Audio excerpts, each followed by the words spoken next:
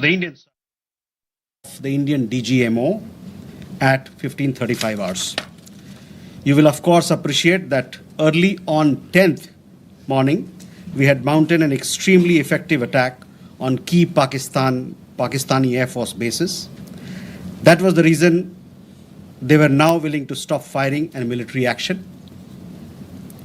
Let me be clear, it was the force of Indian arms that compelled Pakistan to stop its firing.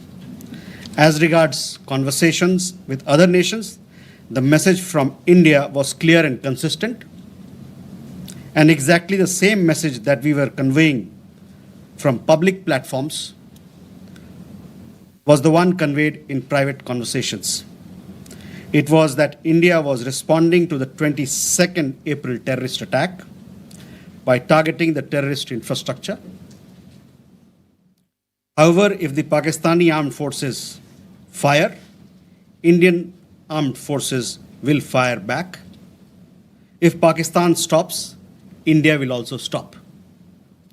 This was also the message that was conveyed to the Pakistani side at the time of the commencement of Operation Sindoor, which was not heeded to by the Pakistani side at that time.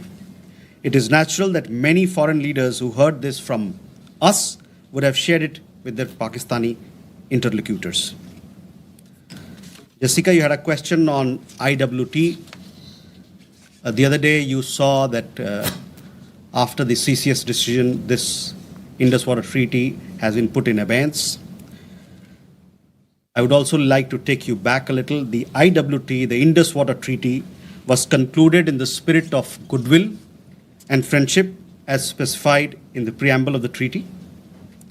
However, Pakistan has held these principles in abeyance by its promotion of cross-border terrorism for several decades now. Now, as per CCS decision that I referred to of 23rd April, India will keep the treaty in abeyance until Pakistan credibly and irrevocably abjures its support for cross-border terrorism. Please also note that climate change, demographic shifts, and technological changes have created new realities on ground as well. And then we had a question regarding trade matters. From the time of Operation Sindoor, commenced on 7th May, till the understanding on cessation of firing and military action on 10th May, there were conversations between Indian and US leaders on the evolving military situation. The issue of trade did not come up in any of these discussions.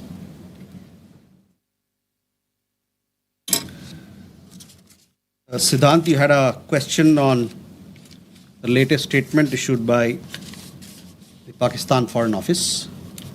We have seen the statement made by the Pakistani side that a nation which has nurtured terrorism on an industrial scale should think that it can escape the consequences is fooling itself. The terrorist infrastructure sites that India destroyed were responsible not only for the deaths of Indians, but of many other innocents around the world. There is now a new normal. The sooner Pakistan gets it, the better it is. Shall we take more questions? Aditya?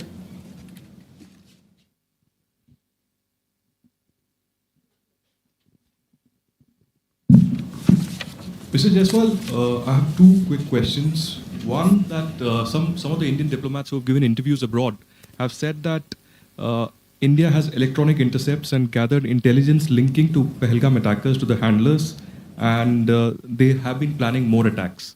So have you given any kind of this evidence to the foreign attaches and diplomats that were briefed today, and in the context of ambassadors also that were briefed earlier? And yeah, that's about it.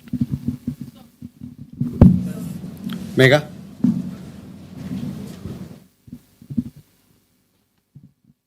Good evening, sir. Megha from NewsAx. My question is that India, it's being reported, is going to be sending a team to the UNSC 1267 Sanctions Committee. The meeting is going to be held later in the week, and the purpose for it is to declare the TRF as a globally designated terrorist organization. If you could shed more light into this.